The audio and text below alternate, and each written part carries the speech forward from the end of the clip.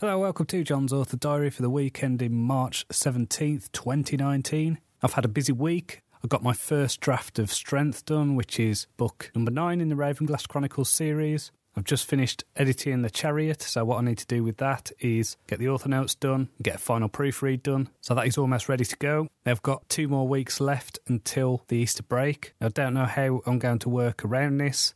My wife is off for the first week and then my son's off school for 2 weeks. So there's basically going to be 3 weeks where I'm probably not going to be able to get much work done. I am going to try though. I think I'll probably have 1 week off within that, but I think 3 weeks will be quite detrimental to my momentum in terms of writing. So because of this 3 weeks as well, I'm thinking that I might actually do a first draft of the book The Hermit before I start editing Strength.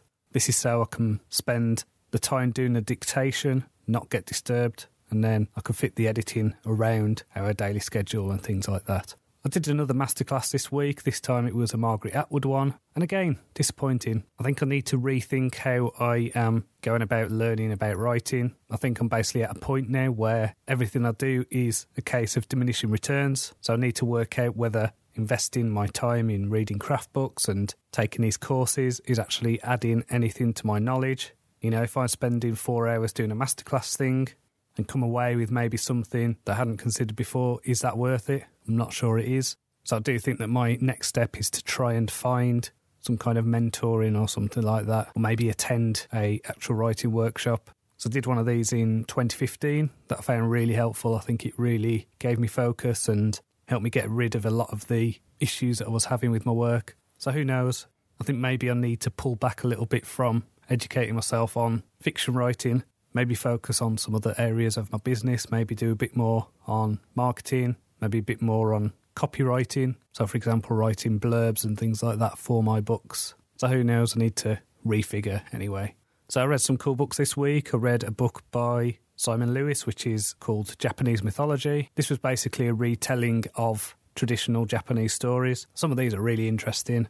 So I've got things like 8-headed dragons and stories about a boy who was an inch high, who went around killing rats with a needle, a story about a woman who came down from the moon. So lots of interesting stuff, really rich mythology. The reason I'm doing this is basically started work on a new podcast called the Sci-Fi Roundtable. So we're getting some episodes in the bag before we launch. And our next one is going to be about Japanese mythology. So I thought I would gen up on that. We recorded our first proper episode last week, and that was about the multiverse, about the idea of parallel universes and things like that. So that was really interesting. Got to geek out about the potential for an infinite number of parallel universes and talk about shows like Rick and Morty, Back to the Future, that kind of thing. A lot of fun. So I'm hoping that we'll start launching that probably in April. As well as that, I'm also reading a book called Mother of Eden by Chris Beckett.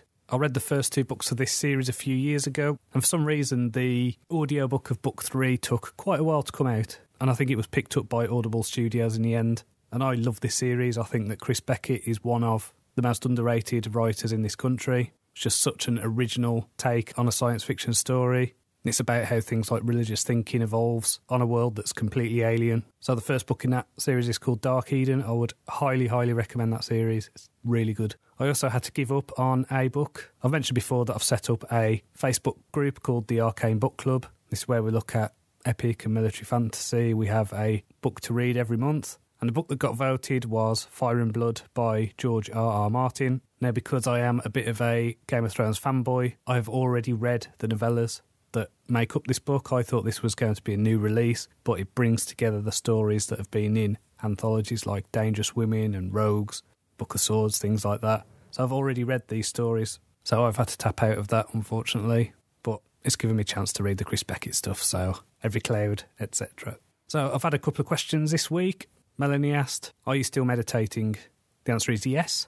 I finished a 30-day course on focus on the Headspace app, and now I've moved on to one on creativity. So I'm finding it really useful, finding just getting less distracted during the day when I'm working. So I think that really helps. Christine asked, what is your most personal book? Now this would be Blind Gambit, which came out in May last year. So even though this is a game-lit novel, there's a lot of adventure, a lot of fun. It's also about coming to terms with visual impairment, coming to terms with blindness, which is something that I've had to do. So it was a really hard book to write, just because it involved a lot of self-reflection and trying to understand my own feelings about something that is happening to me, and that's a standalone as well, so you can just check that out and you don't have to invest in a series or anything like that. So if you've got a question, please email me. It's john@johncronshaw.com. That's JONCRONSHAW. You can also check out my Patreon. It's patreon.com/JohnCronshawAuthor. You'll get this author diary a day early, plus regular stories and articles and audio and things like that. So please do feel free to check that out.